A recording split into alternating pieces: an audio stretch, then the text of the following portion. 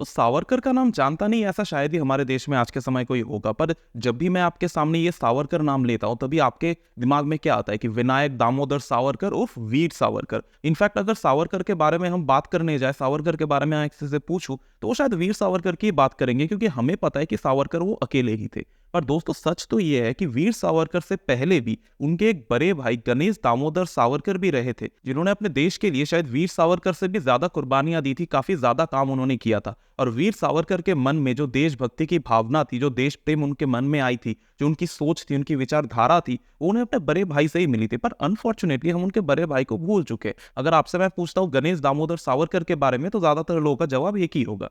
I don't know. And this quite shocking कि हम अपने देश के इतने बड़े एक स्वतंत्रता सेनानी, जिन्होंने हमारे देश के लिए काला पानी की सजा तक भोगी थी, जैसे वीर सावरकर काला पानी में थे, उनके बड़े भाई भी काला पानी में थे। शायद वीर सावरकर से कई ज्यादा दर्द उन्होंने सहा, इतना कुछ उन्होंने सहा, पर ज्यादातर लोग आज इस देश के उन्हें भूल ही चुके हैं। हाँ, अगर किसी ने यहाँ पे वीर सावरकर की बायोग्राफी ठीक से पढ़ी है, या फिर वो नासिक से बिलोंग करते हैं, या फिर अगर किसी ने वीर सावरकर की मूवी देखी है, तो शायद उसे पता होगा कि गणेश सावरकर कौन थे। पर इसके अलावा मैं गारंटी देता हूँ कि आप में से किसी को भी शायद ही अंदाजा होगा कि गणेश सावरकर इंसान आखिर था कौन। तो इनके कहानी की शुरुआत होती है ईयर 1879 में। ये वो समय था जब इंडिया में फ्रीडम स्ट्रगल था तो, पर जो सबसे नियरेस्ट अब बड़ा फ्रीडम मूवमेंट कहेंगे वो था हमारा सिपाही विद्रोह, जो 1857 में हुआ था। तो समझ सकते हैं मैं किस टाइम की बात कर रहा हूँ। और इस टाइम पे अंग्रेजों ने कुछ डेकेड्स पहले ही यहाँ पे सिपाही म्यूटिनी को दबाया था, तो अंग्रेज यहाँ पे काफी ताकतवर थे और भारत में वो इंडियंस पे जितना हो सके ऑपरेशन कर रहे थे, और इंडियंस उन्हें रोक नहीं पा रहे थे किसी भी तरह से। हमारे पास कोई ऐसी आवाज नहीं थी कि हम आगे बढ़ के उन्हें रोक सके। और जो हिंदुत्व था, जो हमारा हिंदू कल्चर था,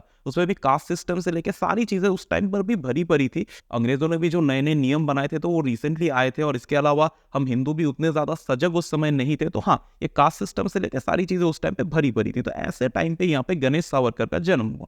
और महज दोस्तों वो 20 साल के ही हुए थे कि उसी टाइम पे उनके माता पिता की भी मृत्यु हो गई, और उनके दोनों भाई विनायक दामोदर सावरकर और नारायण सावरकर, उन दोनों का जिम्मा भी उन्हीं पे आ गया। पर यहाँ अपने जीवन के संघर्षों से हार मान लेने की जगह गणेश सावरकर ने अपनी सभी जिम्मेदारियों को बहुत अच्छे से निभाया। एक बड़े भाई की तरह उन्होंने विनायक दामोदर सावरकर और नारायण सावरकर को देशभक्ति की शिक्षा दी। उनके अंदर जो देशभक्ति की आग थी वो जलाई। वीर सावरकर आगे जो भी बने वो अपने बड़े भाई की वजह से ही बने, उनके आदर्शों के वजह से ही बने। और इसी के साथ साथ वो हमारे देश की आजादी की लड़ाई में भी जुट गए और अपना एक अलग सा सहयोग देने लगे। अपनी एक अलग सी सोच उन्होंने लोगों के सामने रखी, और चाहे इंटेलेक्चुअली हो, पॉलिटिकली हो, या चाहे हथियारों के जरिए हो, वो यहाँ पे अंग्रेजों के खिलाफ अपना मुहिम जारी रखे। और इसी दौरान नासिक में गणेश सावरकर काफी ज्यादा फेमस भी हो गए। लोग उन्हें बाबा राव सावरकर के नाम से जानने लगे। और अंग्रेजों के खिलाफ जितने भी मूवमेंट थे, चाहे वो स्वदेशी मूवमेंट हो, कोई भी मूवमेंट हो, बाबा राव सावरकर हमेशा सबसे आगे रहते थे। और जिस वजह से अंग्रेजों ने उन्हें कई बार अरेस्ट किया, वो अंग्रेजों के हिट लिस्ट पे थे, अंग्रेज उन्हें किसी भी तरह दबाना चाहते थे।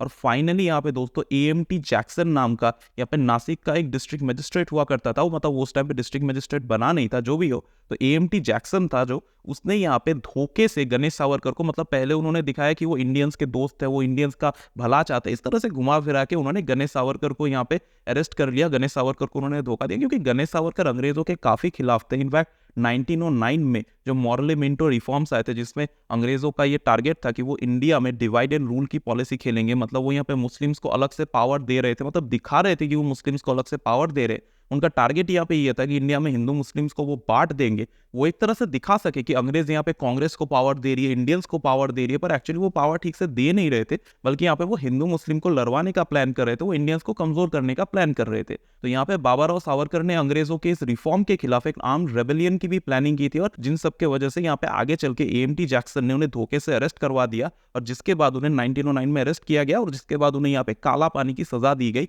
लगभग 13 साल तक वो काला पानी में रहे। जैसे वीर सावरकर काला पानी में थे, वैसे ही वो भी 13 साल तक लगभग काला पानी में रहे, और काला पानी में जितना हो सके उन पे टॉर्चर्स किए गए। अंग्रेजों ने बहुत कोशिश की कि काला पानी के अंदर इस व्यक्ति को मार दिया जाए, पर नहीं, उनकी हिम्मत नहीं टूटी, और काला पानी के अंदर भी वो जिंदा रहे, और अपने भाई वीर सावरकर के साथ फाइनली वो यहाँ पे काला पानी से छूट कर निकले। बहुत ही कम लोग शायद रहे होंगे हमारे इंडिया में जो काला पानी की सजा काट के जिंदा निकल पाए होंगे, क्योंकि काला पानी में ज्यादातर लोग मारे जाते थे। और यहाँ पे गणेश सावरकर हार नहीं मानते और काला पानी की सजा काटने के बाद भी अंग्रेजों को बेवकूफ बना के, अंग्रेजों को दिखा के कि हम सुधर चुके, अंग्रेजों को बेवकूफ बना के यहाँ पे अपने भाई वीर सावरकर के साथ वो फाइनली बाहर निकलते हैं। और ऐसा नहीं है कि वो सिर्फ देश के लिए हथियार उठाते थे, उन्हें ये भी पता था कि सिर्फ देश को आजाद करने से कुछ नहीं होगा, भारत में जो हिंदू है उन हिंदुओं को जगाना होगा। जब तक भारत का हिंदू नहीं जागेगा तब तक भारत का कुछ नहीं हो सकता। देश अगर आजाद भी हो गया तो देश विधर्मियों के हाथों चला जाएगा और हिंदुओं को यहाँ पे बहुत अत्याचार सहने पड़ेंगे। तो उन्होंने हिंदुत्व के लिए भी बहुत कुछ किया। वो बाल गंगाधर तिलक के भी काफी घनिष्ठ थे और आगे चल के आरएसएस के वो वन ऑफ द को फाउंडर्स थे, क्योंकि वो जानते थे कि भारत में हिंदुओं को जगाना सबसे ज्यादा जरूरी है। इसीलिए उन्होंने राष्ट्रीय स्वयंसेवा संघ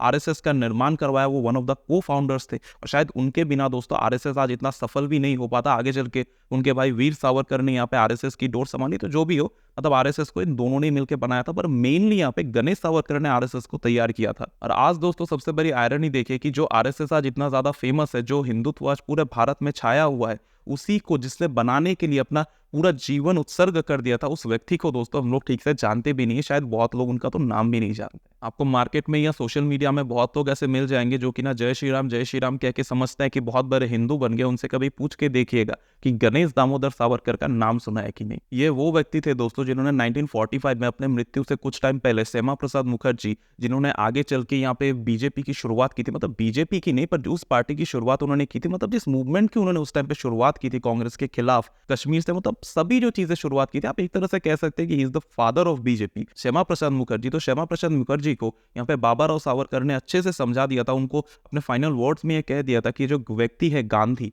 इन्होंने भले ही अपने देश के लिए बहुत कुछ किया, देश के लिए बहुत कुछ करना चाहते, वो यहाँ पे मोहम्मद अली जिन्ना और विधर्मियों के साथ मिल चुके, वो अपने आप को महान दिखाने के लिए इस देश को वो विधर्मियों के हाथों बेच भी सकते हैं। तो सबसे ज्यादा सावधान उन्हें यहाँ पे महात्मा गांधी से रहना चाहिए। दोस्तों मेरी बात नहीं है, आप लोग मेरे खिलाफ एक्शन लेना चाहते हैं, कुछ भी कहना चाहते हैं, बेकार। ये बाबा राव सावरकर यानी गणेश दामोदर सावरकर की बात है, वो यहाँ अच्छे से समझ गए थे कि गांधी जी यहाँ पे देश को विधर्मियों के हाथों बेच भी सकते हैं। और इस कमेंट के साथ मैं अपनी कोई सहमति नहीं दिखाता, क्योंकि वरना मुझे पता है यूट्यूब मेरे खिलाफ एक्शन ले लेगा। ये बाबा राव सावरकर का कॉमेंट था, इसलिए मेरे खिलाफ कोई भी एक्शन लेना बेकार है। ओके, तो ठीक है दोस्तों, वैसे आज का वीडियो यहीं तक था। वैसे मैं गणेश सावरकर के बारे में और भी बहुत कुछ बता सकता हूँ, पर मेरे हिसाब से आपको उनके बारे में गूगल में जाके अच्छे से पढ़ लेना चाहिए, वही ज्यादा बेहतर होगा, क्योंकि इतने महान व्यक्तित्व रहे थे कि मैं एक वीडियो में उनके बारे में सारी चीजें बता नहीं सकता। और मुझे आपका भी पता है, जिससे ठीक से पसंद नहीं आया होगा वो बोर हो जाएगा पूरी तरह से। इसलिए मैंने जस्ट कुछ बेसिक चीजें बता दी ताकि आप समझ सके कि व्यक्ति आखिर थे कैसे। तो ठीक है दोस्तों, आज के लिए बस इतना ही। अगर हाँ अभी तक अगर आप इस चैनल को देख रहे हैं तो इस वीडियो को पसंद भी आया होगा शायद आपको वीडियो, तो वीडियो को लाइक कर दीजिए, चैनल को सब्सक्राइब भी कर दीजिए, मुझे काफ़ी अच्छा लगेगा। मेरे अपकमिंग कंटेंट के आपको नोटिफिकेशंस मिल जाएंगे, बेल आइकन प्रेस कर दीजिएगा। तो ठीक है दोस्तों, मिलेंगे आपसे किसी और दिन किसी और नए कंटेंट के साथ। तब तक के लिए टाटा बाय बाय, जय हिंद एंड जय श्री राम।